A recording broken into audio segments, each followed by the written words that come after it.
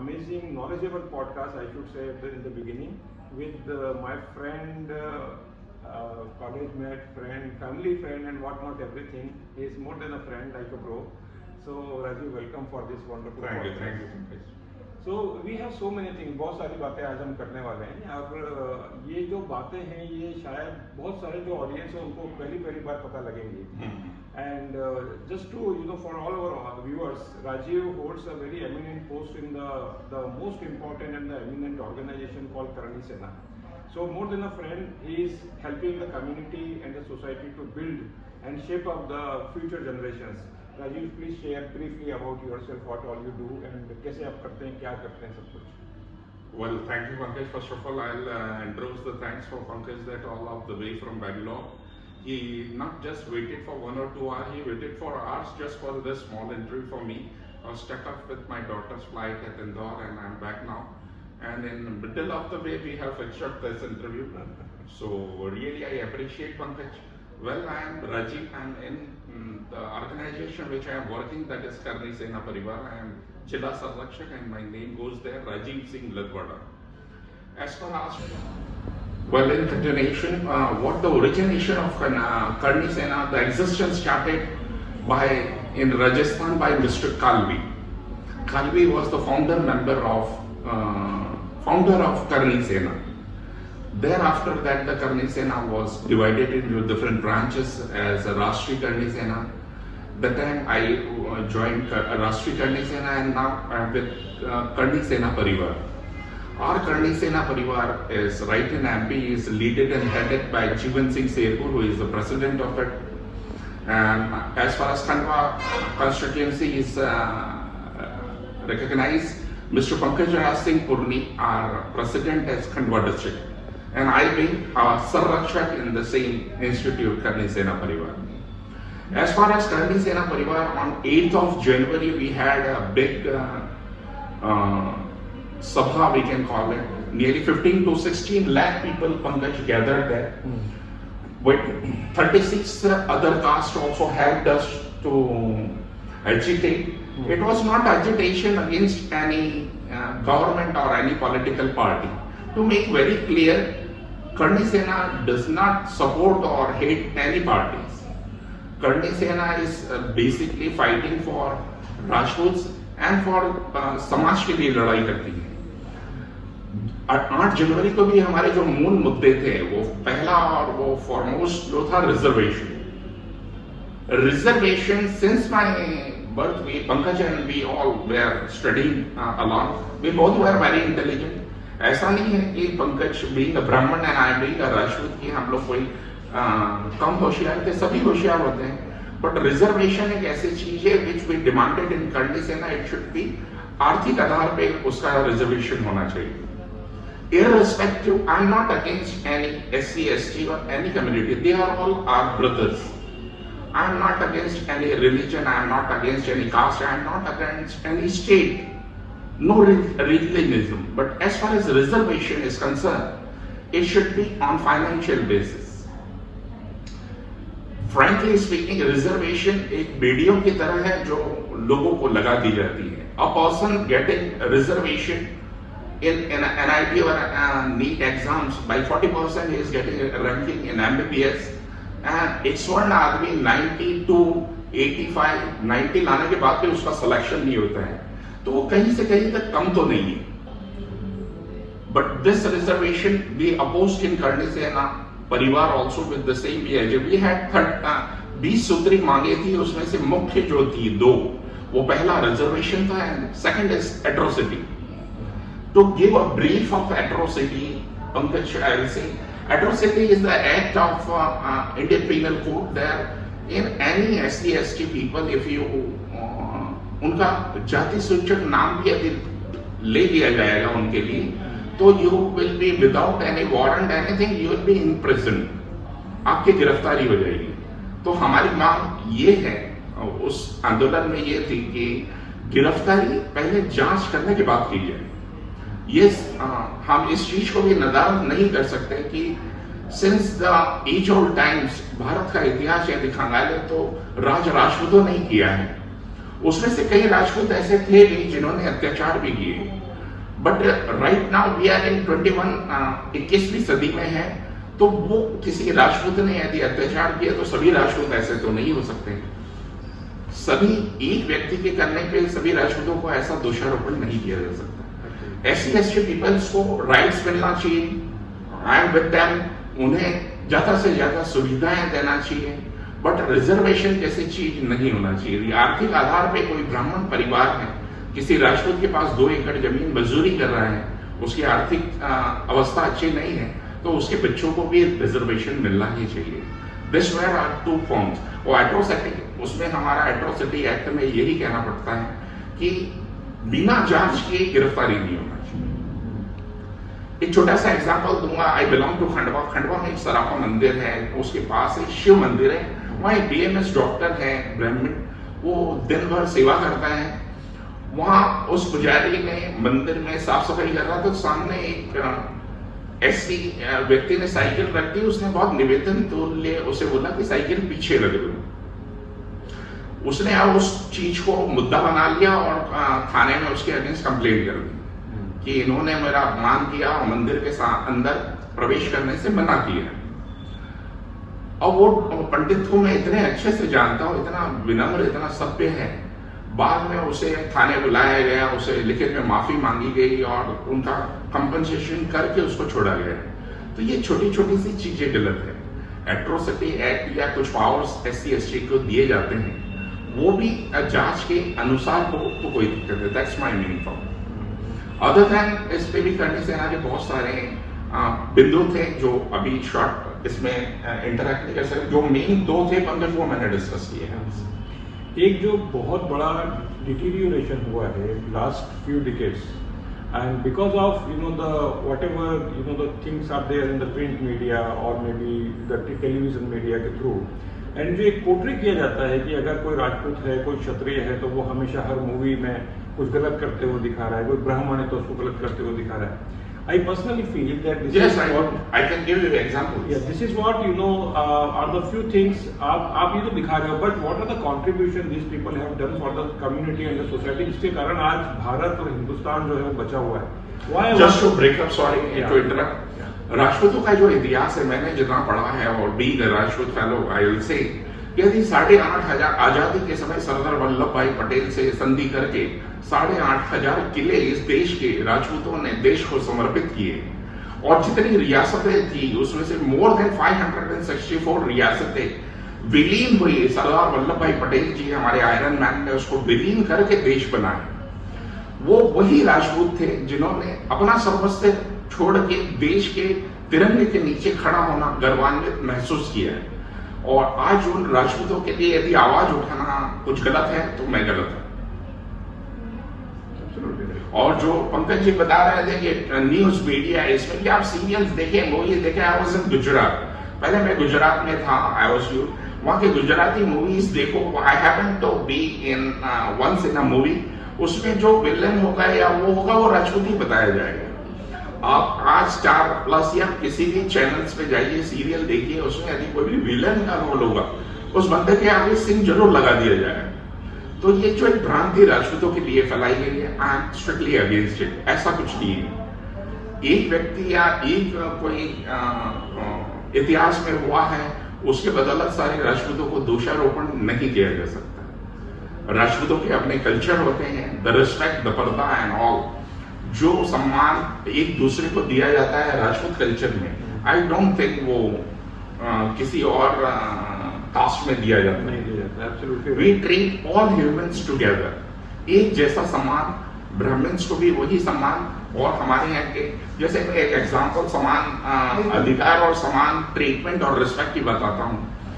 हमारे देश के लिए जिन्होंने सर्वोच्च न्यौछावर किया, और महाराणा प्रताप जी, महाराणा प्रताप जब युद्ध स्थल में उन्होंने भीलों की मदद से वापस 70% अपने किले और रियासतें वापस ली, तो महाराणा प्रताप वो सम्मान भीलों को, जो कि SC/ST है, वो भी हमारे भाई के तुल्य हैं, उनके सहयोग से वापस राष्ट्र हासिल करी।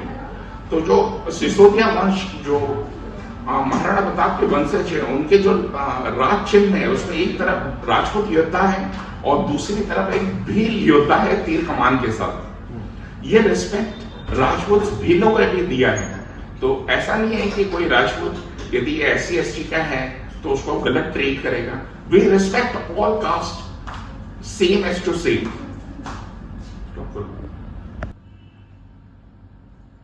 So Rajeev, my next question is the most important one.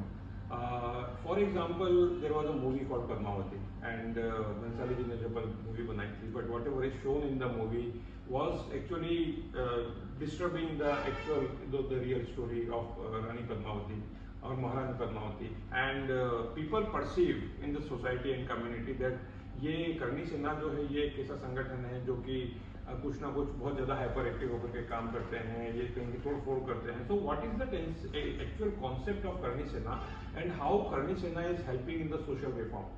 Basically very nice question about Padmavati. Frankly speaking, अभी बहुत बड़ा मिसकंसेप्शन इंडिया में है कि करनी सेना means nuisance. There is nothing like this. हम उन्हीं मुद्दों पे बात करते हैं जो हमारे धर्म, हमारे कल्चर और उस पर काम करेंगे। जो 8 जनवरी का आंदोलन किया था, 16 lakh people gathered together without a constable going for a duty there. सब शांति प्रिय ढंग से उन्होंने आंदोलन किया हम लोगों ने। तो सोच सकते हैं कि कितना डिसिप्लिन होगा। 16 लाख लोग भोपाल में इकट्ठे हुए, वहां एक भी कुछ गलत अपशब्द या वो नहीं हुआ। This shows the discipline. दूसरी बात पंकज जी आपने बताई पद्मावती में।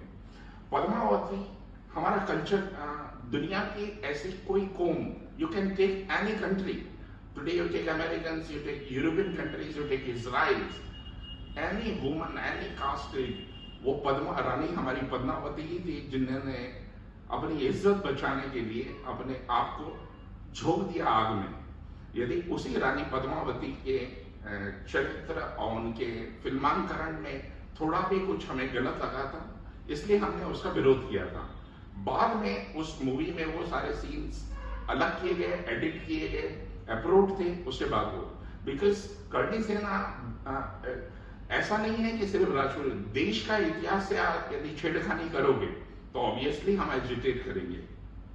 राजपूतों के इतिहास से छेड़खानी करोगे तो भी हम एजिटेट तो करेंगे ना। हम देखने में आए मॉडर्न कंट्रीज में अपने कल्चर को भूल गए। एक छोटा सा एग्जांपल देता हूं Pankaj. You being professional in pharma, I am also being an entrepreneur in pharmaceutical company. I always from एक संस्कार होते हैं, earrings, tilak and all. One of a multinational company's HR, I was topper in all the rounds from MP to Bombay. I was selected. I taught them that interview, but the HR of that, I will not name the company. That company just said that without tilak or earrings, you are in the company. But you know, with this cultured earrings and all, we cannot take you. That time my age was nearly 25. I very politely asked the landline number of that HR office, and they asked me why you want to have our number. Menka, a company like you should not afford to lose a candidate like me. And this phone call number I have taken because in coming 6 months I'll join a better company than you. And just after 3 months I joined GSK with the same tilak. They accepted me and I was all India topper at Ahmedabad in GSK. So I never compromised on my culture. So ऐसा देश का हर व्यक्ति सोचेगा कि हमको ही हमारे culture को जिंदा रखना है। यदि हम इतने मॉडर्नाइज, एक छोटा सा एग्जांपल देता हूँ पंकज। ये जितने भी देख रहे हैं इस वीडियो को, if I give you fire a question कि just close your eyes and imagine a gentleman, you all do for 5 second, close your eyes and imagine a gentleman. Pankaj, आपको भी आंख बंद करके जेंटलमैन बोलूंगा तो आपको एक व्यक्ति मस्ट कोट पैंट टाई और ब्रश उसमें मिलेगा। दैट इज द डेफिनेशन हमको पढ़ाई गई है जेंटलमैन की। एक धोती कुर्ता या दूसरे ड्रेस में स्वामी विवेकानंद जी का ख्याल क्यों नहीं आया जेंटलमैन के रूप में? स्वामी जी से बड़ा कोई जेंटलमैन दुनिया में हो ही नहीं सकता। बट वो 200 साल की जो गुलामी हमारे नसों में भर दी गई, वो जेंटलमैन की जो फ्रेम हमारे दिमाग में, जो टाई पहनेगा, कोट पहनेगा, वही जेंटलमैन। तो I want to break that. एक सिंपल कुर्ता पैजामा पहन के खेत में काम करने वाला व्यक्ति भी तो जेंटलमैन हो सकता है. 100%. How do you see? क्या बोलते हैं? The problem is, when you study in the institute like convent or the Christian missionary school, there अगर आप पढ़ते हो कि G for gentleman में the portrait, the image what they put over there is the same image, the person is having tie and like this. Now my son or my daughter who is in that particular town seeing the father wearing dhoti and kurta, उनको लगता है कि ये gentleman क्यों नहीं? Now this is what the need of to change the perception of the people. We need to change that idea. Frankly speaking, I am a follower of Swami जी, विवेकानंद जी. जितना मैंने उनको पढ़ा, वो जब तक इंडिया में रहे, उनका ज्ञान उतना ही था. He was scholar, he was spiritualistic with great art and mindset. वो जब तक शिकागो में उन्होंने अभिभाषण नहीं दिया, एक रिकॉग्निशन अमेरिकन ने नहीं दिया, जब तक वो इतने फेमस इंडिया में नहीं था. अमेरिका का जाके शिकागो में उनका अभिभाषण सुन के उन्होंने जो पहला शब्द बोला था उनके भाषण का, वो बोला था my dear brothers and sisters of America. उस अभिभाषण के उस शब्द पे 10 मिनट अप्लॉज हुआ, तालियां बजी थी. उसके बाद अमेरिका से आने के बाद इंडिया में उनकी ख्याति रातों रात हो गई. वो मिथ्या तोड़ना है हमें कि सिर्फ एक अमेरिकन सिंबल लगेगा या इंग्लैंड से एक आदमी पढ़ के आएगा वही सब कुछ सक्सेस नहीं होता है. ऐसा नहीं है कि आप बाहर मत जाओ, अच्छी अच्छी कॉलेजेस हैं, स्टैनफोर्ड है, ये सब जगह शिक्षा लो, पर एक जेंटलमैन हिंदुस्तान में रह के भी जेंटलमैन हो सकता है. He can be a scholar. That is my point. Very nice, बहुत अच्छा लगा. Rajeev bhai, few more questions about the social reforms of Karni Sena. Apart from these, the atrocity and whatever coming to the media, what all things are regularly and continuously going on for the society and the community?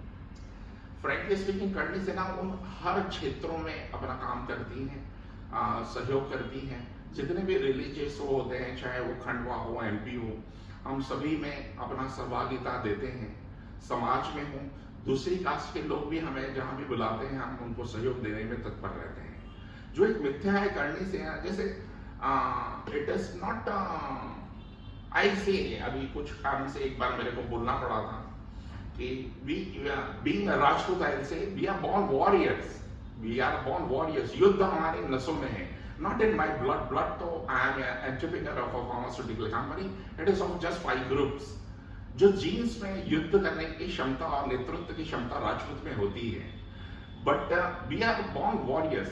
But अभी के वातावरण में we are not born rebellions, we are forced to be rebel. ये एक मैं हमेशा चीज बोलता हूं कि we are not born rebellions, we are forced by the circumstances to rebel. यदि आप हमारे धर्म, हमारे कल्चर को छेड़ोगे तो हमको रेबल तो करना पड़ेगा. ऐसा नहीं है कि हम पुराने इतिहास की तरह बंदूकें और तलवारें, हम एजिटेट शांतिपूर्वक ढंग से करेंगे, पर एजिटेट तो करेंगे. रक्षा हमारे देश की, हमारे धर्म की, हमारे कल्चर की करना ही है. बहुत बढ़िया, शानदार, वो करना चाहिए. यस, ये हर व्यक्ति को करना चाहिए, हर समाज को करना चाहिए, क्योंकि जितना मॉडर्नाइज होते जा रहे हैं हम हमारे कल्चर और हमारे इतिहास से दूर होते जा रहे हैं. Education low, I am a convent student, मैंने बहुत सारी चीजें, आई एम जोसेफाइड, वहां से मॉरल साइंस सीखा मैंने, स्पिरिचुअलिस्टिक सीखी, how to respect your father and mother वो सीखा, how to take care of other humans वो सीखा. वो कॉन्वेंट से ही मैंने सीखा है. वहां भी बहुत अच्छी शिक्षाएं मिली मुझे. मगर जब बात कल्चर की होती है तो उसको बचाने के लिए हम हमेशा तत्पर रहे. और हमारे जितने भी रिचुअल्स हैं, कस्टम्स हैं, they are very very scientific. You people और other people may not understand that's their the part of it, but they are absolutely highly deep rooted scientific, and more than the science, where science fails, these custom and rituals are very very prominent in I give you a small example. आज दुनिया के जितने billionaires हैं, either it is Mark Zuckerberg or Bill Gates or whatnot, as far as when Steve Jobs is the best example, I will say. He was the phone you are recording is iPhone. The founder of iPhone was Steve Jobs.